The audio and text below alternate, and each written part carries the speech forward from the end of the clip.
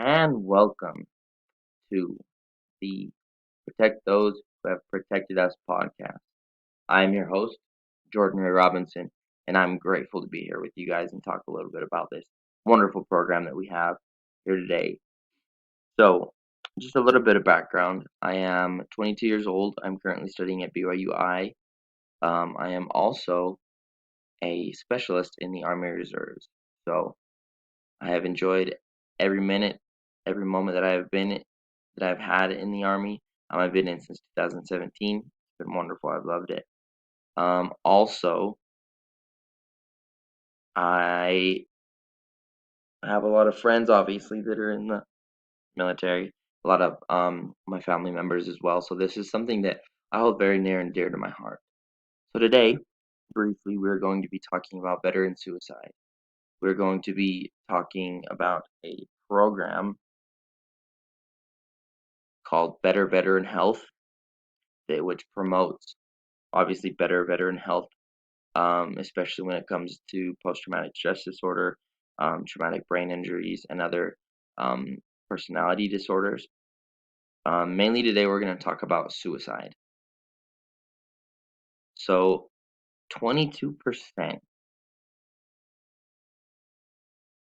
let me rephrase that, 20 to 30% of all veterans will experience a personality disorder or some form of PTSD. Now, this is a dramatic statistic because it affects the amount of veterans that attempt to commit suicide and do commit suicide. There are approximately 22 veterans that commit suicide daily.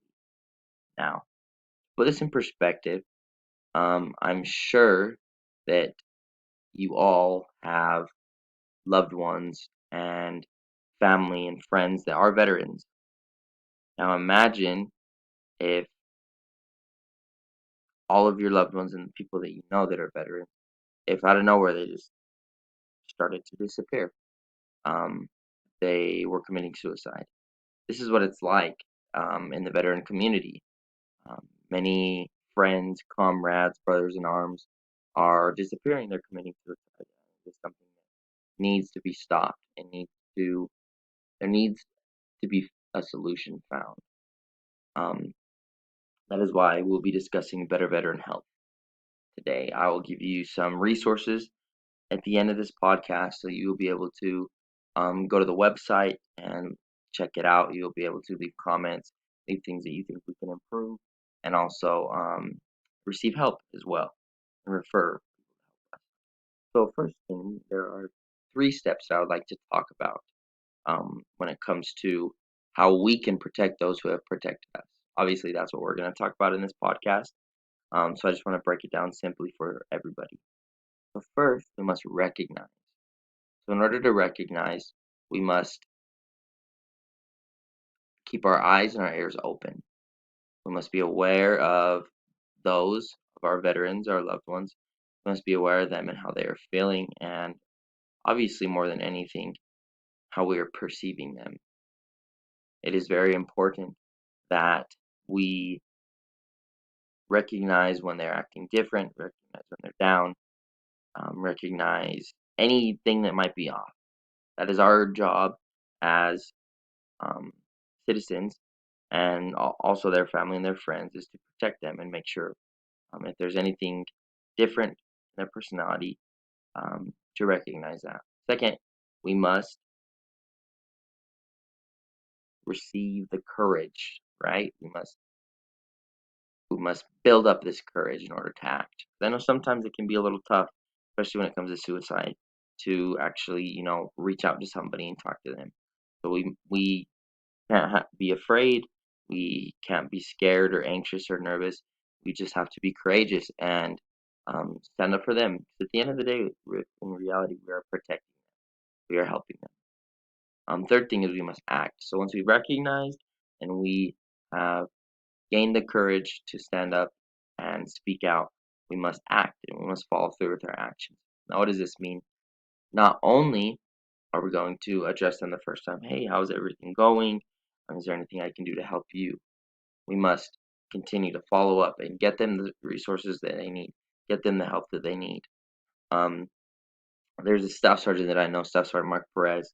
He served in the U.S. Army from 1998 until 2007, so right in the heat of everything. And he had been deployed 3 times. He has a family, a wife and kids, and he told me that every time, the more and more he got deployed, when he would come home, he felt different. And the more deployments he served, the more different he felt. And he knew that something was wrong because he was started to have these suicidal thoughts. He started to have these negative thoughts and these negative things that would creep into his mind. He didn't ever want to go to the VA because he had heard bad things. But once he had heard about this Better Veteran Health, which is also ran by veterans, um, he, that was when he decided to reach out. That is when he decided to stand up and act and be courageous and receive the treatment that he needed.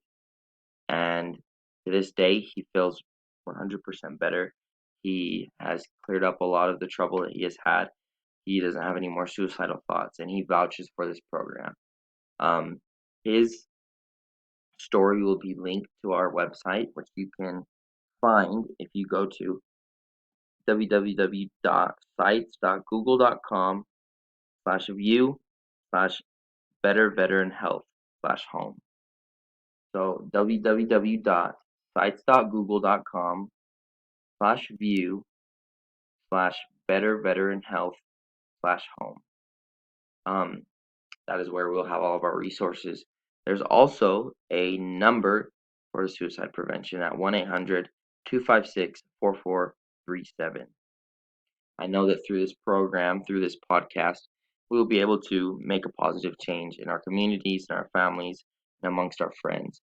We will be able to save lives and change lives. And that is ultimately what we are here to do. Thank you so very much. Thank you for tuning in. I'm very excited for this next episode. Um, and like I said, get out there, recognize, be courageous, and act. Protect those who have protected us.